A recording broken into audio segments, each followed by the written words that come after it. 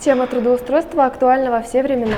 Многие студенты и выпускники вузов нуждаются в подсказке решения этого вопроса. Благодаря презентации ЭФКО выпала уникальная возможность более конкретно рассмотреть эту проблему.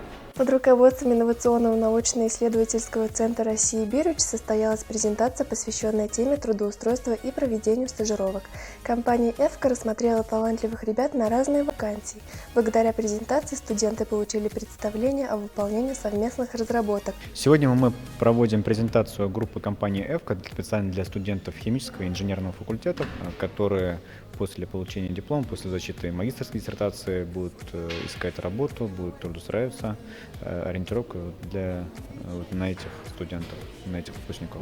Мы очень часто приезжаем в ваш вуз и очень ценим те знания, которые здесь даются. Хорошая база, хорошие преподаватели, и это очень ценится. Группа компании ЭФКО приглашает студентов вуза для прохождения стажировок. Их можно пройти и за рубежом. Что касается заработной платы, она достигает от 25 до 100 тысяч. Сейчас именно в инновационный центр, где происходит разработка новейших технологий в направлении пищевой и непищевой промышленности, мы подбираем перспективных, талантливых сотрудников по всей России. Карина Гумерова, Диана Максютова, Максим Каверин специально для Правком ТВ.